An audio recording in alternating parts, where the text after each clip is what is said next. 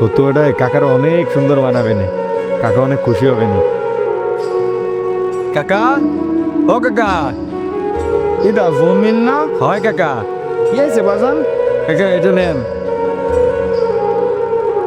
কি এতে বাজান? কাকা এর ভিতরে একটা ফতুয়া আছে, খিটা দিল বাজান? আপনার ছেলেই দিছে।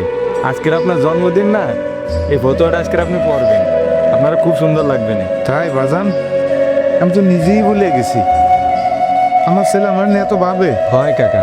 কাকা তাহলে আমি আসি এখন। আচ্ছা বাজান, যাও। আসসালামু আলাইকুম।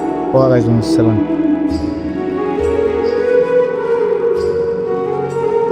বাজান, জি আব্বা। দেখ দি আমার কেমন লাগতেছে। খুব ভালো লাগতেছে আব্বা। তোর পছন্দ আছে বাজান?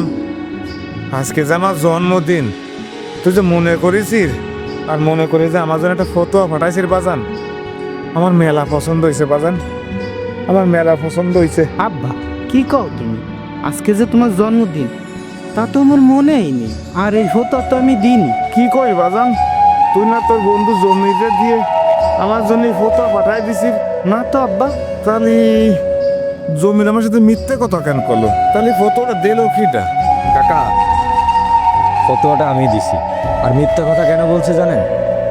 যে আমি যদি ফতুয়াটা আপনারা দিছি এটা জানার পরে আপনি তো নাও নিতে পারেন।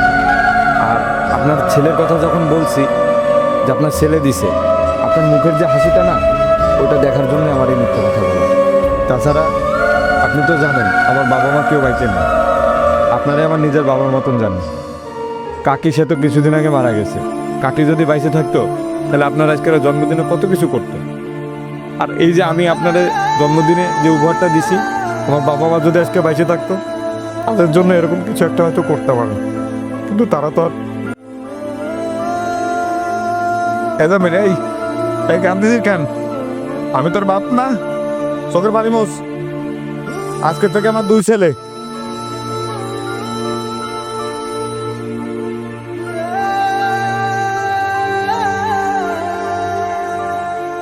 এই দুজন বাসায় আয়। আজকে আমি নিজের হাতে রান্না করে দুইজনকে খাওয়াবো। বন্ধু, তুই আজকে আমার চোখ খুলে দিলি।